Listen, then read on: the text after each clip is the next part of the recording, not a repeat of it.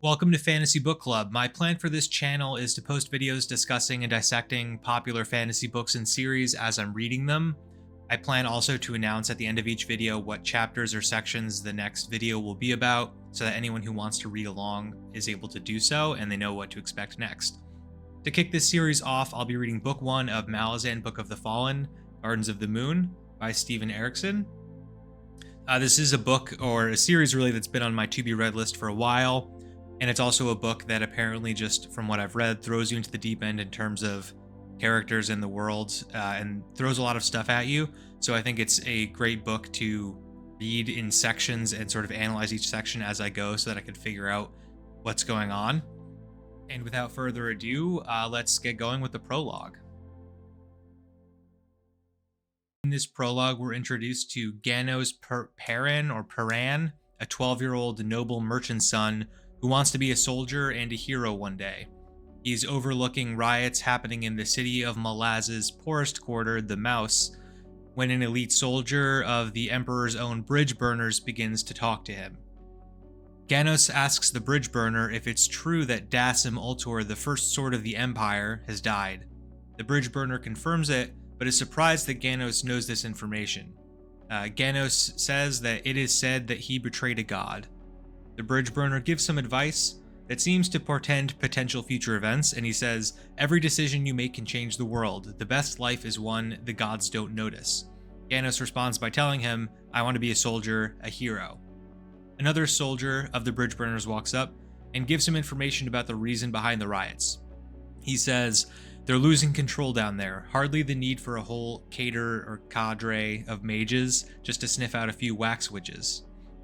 Then Surly, the creator of a group called the Claw, is discussed.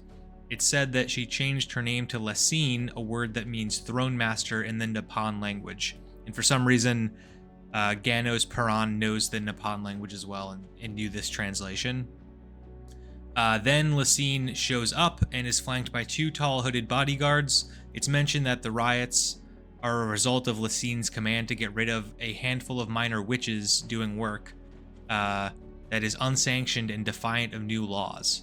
The bridge burners think the new laws won't work out, and when the Emperor returns, he'll quash her prohibition of sorcery.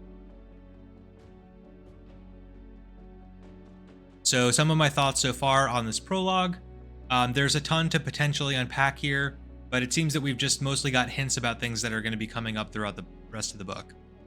Some tidbits in particular that stuck out to me are, first, there's mention of wax witches, which are disliked by Lasine, and there's also mages that were rooting out the wax witches that are working for her or for the Empire. And the phrase prohibition of sorcery is mentioned, but it's unclear if the mages are using sorcery or if that's a different type of magic altogether. It seems like Lasine is against sorcery, but is also using mages to root out sorcery, so I don't really know what the difference is there. There's also some tension between the bridge burners and Lasine in general. They don't really show her much respect. They keep using her original name Surly, and they're not calling her by Lasine, which is what she wants to be called by. So they're sort of just blatantly disrespecting her, even though she's like second to the Emperor. Ganos Paran also happens to seem to know too much information. He's aware of the Nippon language. He somehow heard the first sword of the Empire was killed, and he wants to be a soldier/hero. This is clearly setting up for something. He has some way of knowing this information that we don't really know about, or maybe he just has a family, his noble family that he comes from just knows a lot of information. Next up, Chapter 1. It's the year 1161, the 7th year of Empress Lasine's rule. So this takes place 7 years after the first prologue, and by the date alone, we know that Surly is now officially recognized as Lasine and is the Empress. And something happened to the Emperor, which my guess is that it's something relating to the betrayal of a god situation with the first sword of the Empire, or they use that event to take over and get rid of the Emperor or something along those lines. But anyways, we actually start off with a scene with Rigalai the Seer, who is a wax witch who trapped souls in candles and burned them. And she's talking to a fisher girl on the side of the road as a column of soldiers pass. And as seers tend to do, she immediately begins prophesizing to the fisher girl, and she says, "Mark this truth. I am the last to speak to you. You are the last to hear me. Thus are we linked, you and I, beyond all else." And then she goes on to say, "They'll put a sword in your hand, they'll give you a fine horse, they'll send you across that sea, but a shadow will embrace your soul. Rigga will preserve you because we are linked, you and I, but it is all I can do. Look to the Lord spawned in darkness. His is the hand that shall free you." She's then cut off by an outrider who literally smacks her to death. And then the young fisher girl's soul seems to become entwined with the seer because she occasionally talks in a thick, odd voice, and she starts saying some things that the seer had said before, earlier in the chapter. And then once all the soldiers pass by, two hooded men show up and talk to the girl, and their names are Cotillion and Amanus, and apparently by revealing their names to her, they say it'd be too dangerous to just let her go. So Amanus summons some hounds and sends them down the road, and he says this is something to gnaw on Lysine mind, so he's presumably acting out against Lysine in some way. And Cotillion takes the fisher girl as his pawn. It's unclear exactly what that means, but he sort of takes her under his wing so that she can't just go off and spill the beans about who they are. In the next scene, we now see the carnage wrought by the hounds through the eyes of the adjunct to the Empress Lorne. And now a lieutenant, Ganos Paran, tells Lorne that the battlefield full of dead soldiers was caused by teeth, mostly. So this sort of indicates that the hounds that were summoned are capable of doing a lot of damage, and they've sort of wiped out like hundreds of soldiers and multiple villages of people. Of the nearby villagers that were in the destruction, Paran notices that all but two huts had bodies inside. One hut belonged to an old woman, and the other belonged to a man and a girl. So this is presumably Riggalai the seer and the fisher girl who had a hut with her father. Paran is very frank with Lorne, and she's kind of into that. She tells him that he'll be taking orders from her now as a commissioned officer on her staff. She tells him that she's no mage but rather an anathema to sorcery, and therefore knows the patterns of it, implying that this carnage was from the result of some magic, and she wants to get to the bottom of it. So she's kind of like this anti-mage that works for the Empress. Paran is then sent off to the town of Garam, a nearby market town, to gather more information. We next have a short scene in Khan with a staff sergeant who is recruiting soldiers. A young girl approaches, and having been given orders to accept anybody willing who has 2 arms, 2 legs, and a head, the staff sergeant is happy to sign her up. He does notice that she's got her eyes looking bloody old, implying this is probably the Fisher Girl Seer fusion from before. And she now says that her name is Sari, and she requests to be sent to the Genebakan campaign, or Genebakan campaign, under command of High Fist Dujek One Arm. He notes that she also has dark red mud on her feet for some reason, which is different from the color of mud around this area. So I don't know if she like teleported or something from where she was before, but for some reason she has weird mud on her feet, and he noticed that. We swap back to Paran, who's heading inland to Garam to see if there's any clues about the massacre by the shore. He finds an empty town with an empty constabulary containing strangled bodies. He notes that the trail was thoroughly eliminated, and, disgusted by all the dead bodies, rides away from the abandoned town. We're then introduced to an odd character named Topper, who says he's a member of the Claw, and apparently was responsible for destroying the royal line in Unta before the Malazan army took over. After some back and forth, Topper opens a warren, which is described as a secret path of sorcery, and Topper calls it the Imperial Warren, and they're using it to cross over quickly to Unta, which without this magical realm and shortcut would take a lot longer.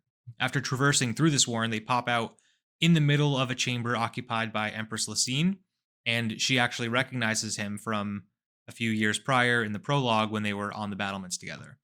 Paran is then led to the adjunct's office, where she says he will complete his officer training in Unta and will not speak at all about what he saw in Ikto Khan to anybody. He then heads back to his family's estate, surprising his sister Tavor, as she has not heard that he was reassigned to Unta, and he kind of traveled there suspiciously quickly. And apparently their father is ill, so he asks her some questions about how she's taking care of the books and that kind of thing, because he's from a merchant family. So my thoughts thus far after chapter 1 and the prologue are, now it's clear that there's a few different plot lines happening. This chapter primarily focused still on Ganos Paran, but the fisher girl slash seer named Sari also was recruited to a military and will be sent somewhere, and is probably going to be working against the Empire in some way. It's clear that Cotillion and Amanus are up to something, and they're like not really big fans of the new Empress, and they'll be using this girl to do something. The seer also said to look to the Lord spawned in darkness, his is the hand that shall free you. So it's unclear if this meant her becoming free from Cotillion, who's using her as a puppet now in some way, or if it's like freeing her from the seer who's like binded with her soul or something. But something's going on there. Also, Paran is now a lieutenant, so he's following his mission of becoming a soldier. And in a world with a lot of magic, I really don't know how likely it is that he can become a hero one day. I don't know what the odds are of a normal person who doesn't have magical abilities actually being a hero. But based on the bridge burner conversation he had in the prologue, where he said, like, don't attract the attention of a god, I imagine that he is eventually going to attract the attention of a god, and it's not going to be good, because he was warned against that in the prologue. So, like, of course, that must mean something, right? And the last big thing to note, I think, is that we're introduced to the concept of warrens, which kind of remind me of gates from the Traveler's Gate trilogy by Will White, where they're just like this alternate reality world that could also be used to travel through the main world. And we only know so far about the Imperial Warren. It seems to be just a magical plane where there's probably bad things happening, but also you could travel through it quickly. It seemed like a sketchy place when they were walking through it, and they were kind of worried about some of the things that they had seen there. Presumably also, the adjunct Lorne used a warren to get back to Unta because she was there before Paran, and she somehow beat him there, even though they had to travel kind of a far distance. So it's still kind of up in the air why the anti-mage Lorne is also like using warrens, because that to me seems like it's magic, but maybe it's a different type of magic altogether, or there's like some good magic and some bad magic. That part is still unclear at this point. Now in chapter 2, we're in the year 1163. So this is actually 2 years later after the events of chapter 1. And this chapter primarily focuses on a mage named Tattersail, who's part of the Second Army's wizard cadre on a hill overlooking Pale. And Pale is the namesake of this section of the book, so presumably the rest of the chapters are probably going to be about what's going on here in Pale. Immediately another warren is now mentioned as well, called the Warren of Chaos, and Tattersail feels something within this warren that was close enough to touch after the sorcery that had just been unleashed. So she's like standing on this battlefield that has a bunch of destruction on it. So this is 3 years into the siege of Pale, and the battlefield was full of bodies of Malazan soldiers, and another wizard, Hairlock, who had recently been destroyed from the hips down by sorcery, was somehow still alive. And Tattersail starts talking with him. He claims that he arranged a back door, which is why he had not yet died, and then they are approached by a few soldiers. These soldiers are revealed to be bridge burners, and they're led by Sergeant Whiskey Jack, and are part of One Arm's host. With Whiskey Jack is a mage named Quick Ben and a young girl who we presume to be Sari. There's also some hints that perhaps Tayshren, the high mage of Tattersail's group, was potentially at fault for all the death that occurred. We then flash back to earlier in the day, right before the siege happened, where Tattersail wakes up with her lover Kalot, and they are called into a meeting. She looks out onto Moonspawn, which is this massive fortress that's hovering above the city of Pale, a quarter mile above the city, and just slowly rotating like a weird moon fortress thing. She notes that Lassine's undead army is known as the Talan Imas, and they were unable to penetrate the fortress's defenses, which is why they're at this standstill at this siege. And an unseen lord was in command of the fortress who brought Moonspawn to Pale and made a deal with the wizards there. So Moonspawn isn't always above Pale, it can move around, and whoever the Lord of Moon's spawn is at the moment must have come up with some deal with the wizards at Pale to protect it, so that's why they're just at this deadlock. Tattersail and Kalot were summoned to a meeting with Dujak One Arm, the High Fist, along with other mages like Tayshren and Hairlock. One Arm tells the crew that the Empress sent a member of the Claw into Pale to hunt down some wizards.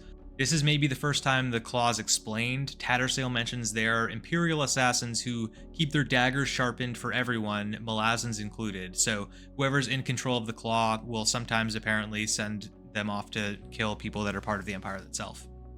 One Arm also tells the crew that today they'll be attacking Moonspawn within the next hour. They believe that the Moon's Lord is alone and is potentially just bluffing and will pull away and retreat from Pale if they strike. Taishren says the Lord of Moonspawn is part of the Teist Andi and is an Archmage.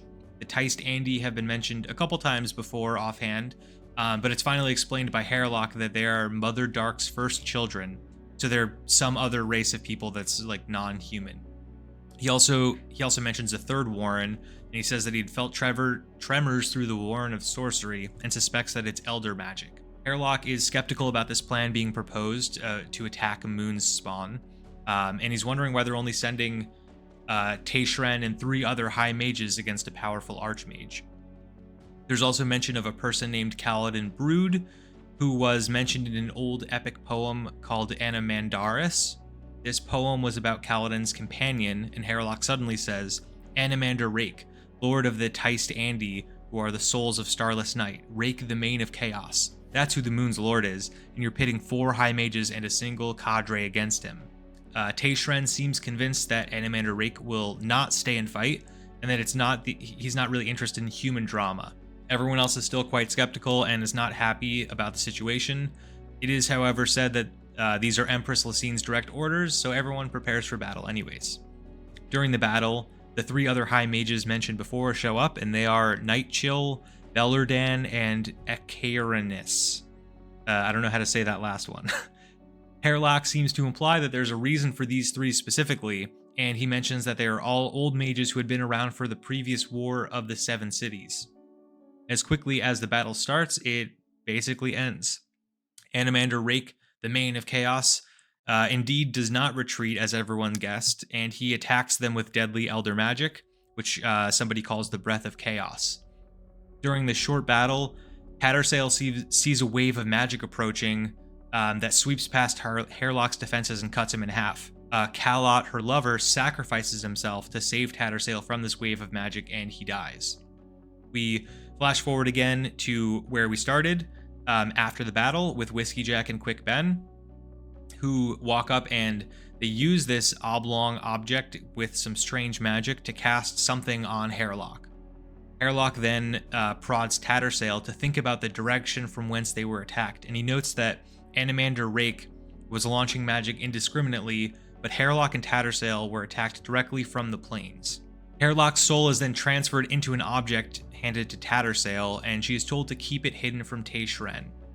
Callum, another soldier who's with Whiskey Jack, confirms that Taishren was the one who killed Tattersail's comrades, and the bridge burners also want to see him get what he deserves. So Tattersail heads back to her tent, and she unwraps the object, discovering the marionette that Hairlock's soul was shifted into. And she mentions that soul shifting is some art that has been lost for centuries, but somehow Quick Ben, who works with Whiskey Jack, knew it and was able to use it to transfer Hairlock's soul into this marionette. She then pulls out her deck of dragons, which is like a tarot-like thing, and Hairlock encourages her to do a reading. She pulls the Knight of Dark card, and then she pulls Opan, the two-faced Jester of Chance. She apparently gleans information from this, and she refuses to pull a third card against Hairlock's wishes, and he's quite mad about this. She can hear a coin spinning faintly in her head, and then she walks out of her tent. This chapter contains a lot more magic than some of the previous chapters had. I think the way that magic works in general still seems very mysterious. There's talk of pulling power from Warrens, and there's talk of elder magic and like blasts of magic that people are sending out. But exactly how people use magic or get magic or are able to acquire it is still very unknown. There are also 2 characters in this chapter that I've seen mentioned on Reddit before, so I assume that means that they're probably mainstays for the series, or at least are they make a big enough splash that people remember them. And those characters are Animander Rake and Sergeant Whiskey Jack. So because of that, I suspect that we won't. This won't be the last that we see of the bridge burner Whiskey Jack. And even though Animander Rake sort of retreated after this battle. I assume that this is not the last that we're going to see from him either. Also, something that became clear in this chapter is that the Empress and Taishren are in cahoots together, because Taishren is like saying that these are orders from the Empress to attack, and whatever actions he took to try to kill Hairlock was clearly intentional. He was like blasting magic at them while they were also getting attacked by Animander Rake. The girl Sari is also somehow being used against the Empress, but it's still not really sure what she's doing. Sari is just kind of a background character here, and the bridge burners all seem kind of uncomfortable with her, and they just keep calling her like the new recruit. But this is a couple years after when she was first introduced, so she did get sent over to the to work in One Arm's Host, which is what she asked for, and she's now for some reason working with the bridge burners. So it's not really clear right now if whatever Sari is doing is the same as what the bridge burners want to do, because they both seem to be against the Empress, but in different ways. Something that I noted was that the bridge burners were called the previous Emperor's elite group. So it seems like there's some tension between the previous Emperor's elite group and Lysine, and she probably brought in her own group of people that she cares about a lot more than the bridge burners. There's also mention in this chapter that the bridge burners were working in the tunnels underneath Pale, and there was a collapse of the tunnels, and Taishren said like, hey, stop looking for bodies, like don't worry, it's no big deal. So there may have been some on purpose killing of a bunch of bridge burners by the Empress or Taishren earlier as well. And so some final thoughts now that I've read the first 3 chapters of this book, or the prologue and the first 2 primary chapters. One, I'm really enjoying the story already, even though not that much has happened, and really like every chapter is throwing more threads into the mix. The first 80 pages have been fairly exciting, and I'm definitely looking forward to reading more. I think also writing down these plot summaries has helped a lot in piecing together what's going on, because basically every chapter adds new honorifics to people's names who have been mentioned, and like suddenly they'll just get described for the first time. For example, like the Teist Andy have been talked about in like all 3 chapters, but they were never described until this most recent chapter. So as like these random words that they're using get described further in future chapters, it kind of adds context to what happened before, so you can kind of go back and like read it with a new light. So because I've been reading these chapters and then going back and writing the summary and reading it again, I've gleaned some additional info from doing that, which I think is super helpful. I'm not sure how confused I would be if I wasn't doing that. But also it's possible that I'm still extremely confused and have no idea what's going on. So I'm definitely looking forward to seeing where the story goes. I assume that Paran and Tattersail are 2 of the people that are going to be focused on, because so far that's where the focus has been. But perhaps every chapter adds even more people to the mix that are the focus of the events. And for the next episode of this series, I'll be covering chapters 3 and 4. These are the last 2 chapters in the Pale section of the book, so we'll be wrapping that up and continuing on from there. So thank you so much for watching, and I'll see you next time.